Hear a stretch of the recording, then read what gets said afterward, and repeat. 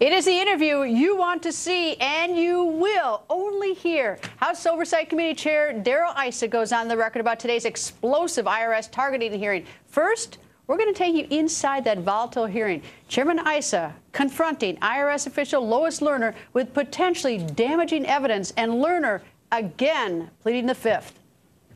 You emailed your colleagues in the IRS the following: Tea Party matter very dangerous.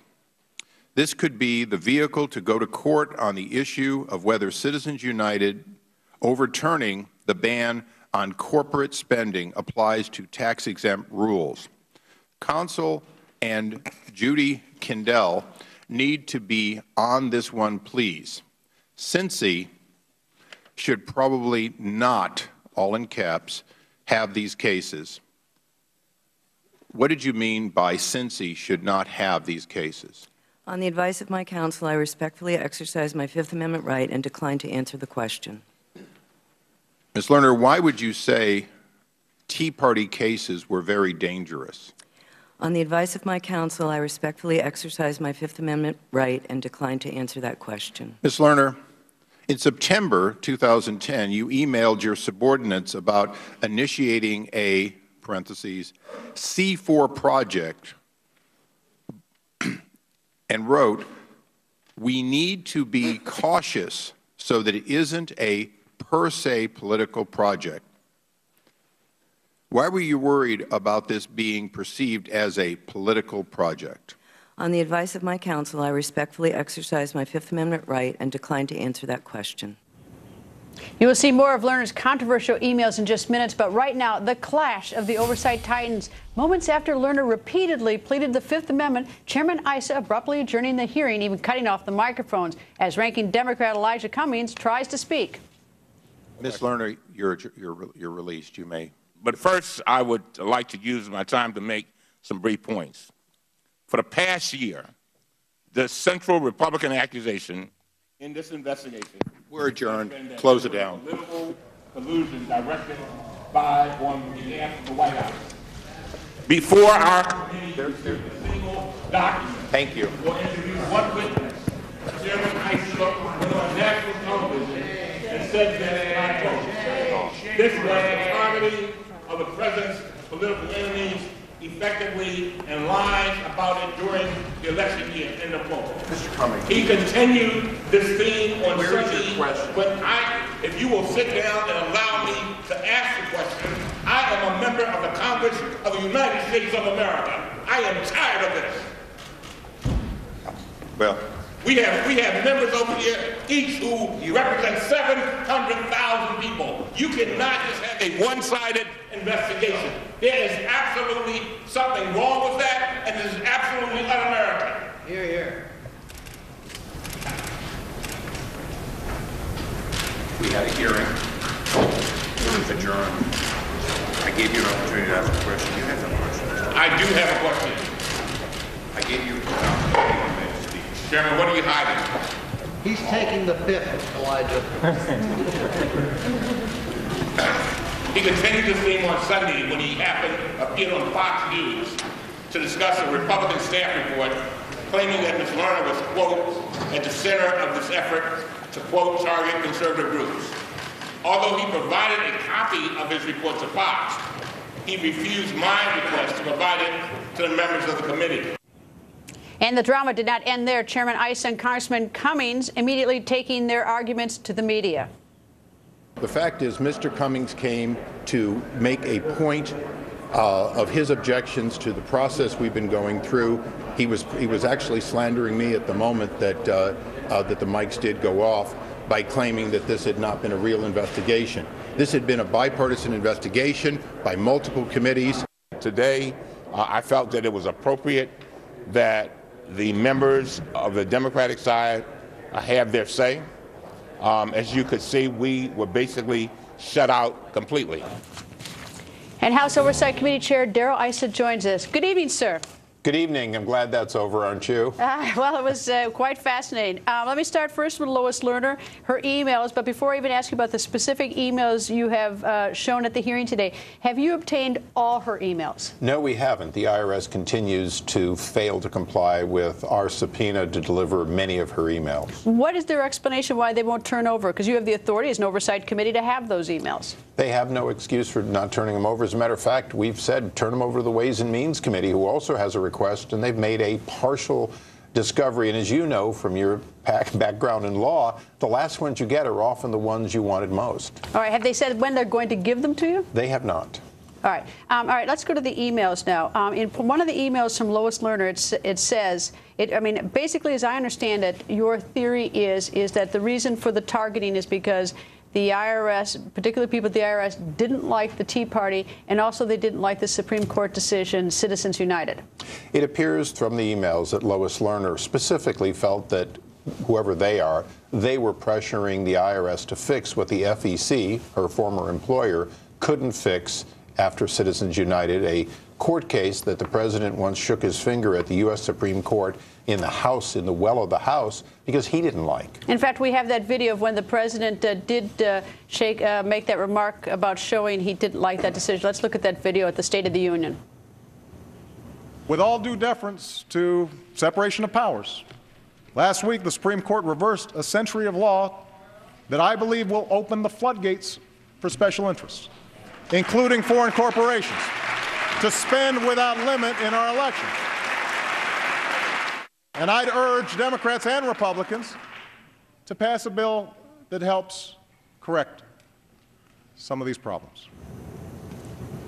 Now, the Supreme Court didn't like that. At least one member of the Supreme Court, I remember from that night. Is it your theory that that sort of is the beginning of this narrative, that the president was signaling that something was to be done about this? The emails in which Lois Lerner seems to be the hub of activity include consideration of a rule similar to the one they're proposing now to try to rein in 501c4s. Oddly enough, Organized for Action, the president's own super PAC, is a 501c4.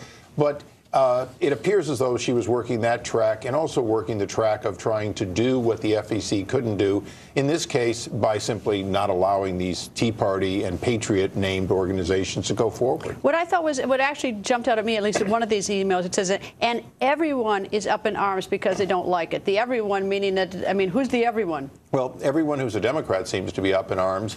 Quite frankly, this is an example of a pretty partisan view of the world when you say everyone and they want us to fix it.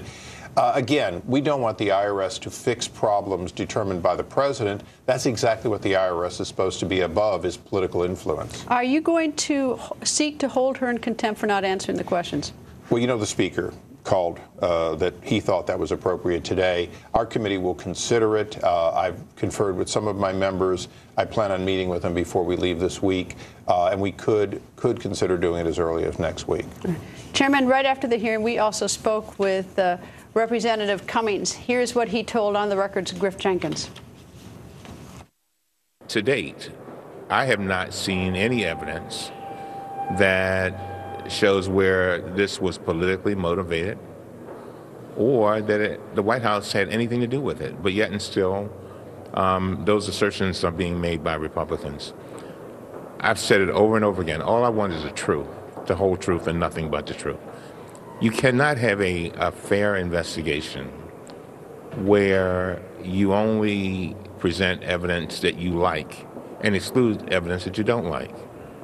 And I've asked that of the chairman. For some reason, the chairman did not want to hear what I had to say today. He closed the hearing barring me from saying one syllable. What was your reaction? He turned the mics off, actually. For our audience at home, they turned the microphones off on you. I thought it was extremely unfortunate. That is just not the way a democracy runs.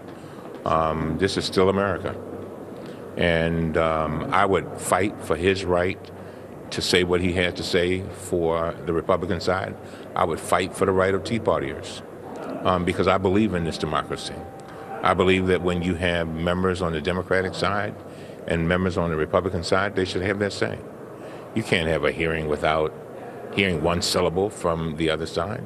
So fair to say that Chairman Issa could do more? Or do you believe he's driven by political motivation? What I'm hoping, what I was trying to do was accomplish what he was trying to accomplish. That is, get some information. We walked out there with nothing, with no information. We could have probably gotten the attorney to at least proffer to tell us exactly what she would have said. Now, you know, she's going to have to face, she'll eventually probably end up in court.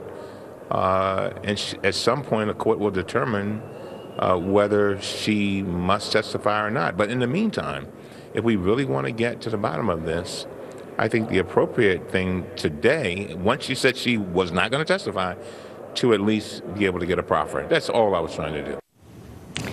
Mr. Chairman, has Congressman Cummings joined you in requesting all the emails from the IRS? No, never. It's you know, Mr. I mean, because that really, to me, that's that's the most potent information, because that'll either exonerate or convict essentially Lois Lerner. Mr. Cummings is there with the president on not a smidgen of evidence.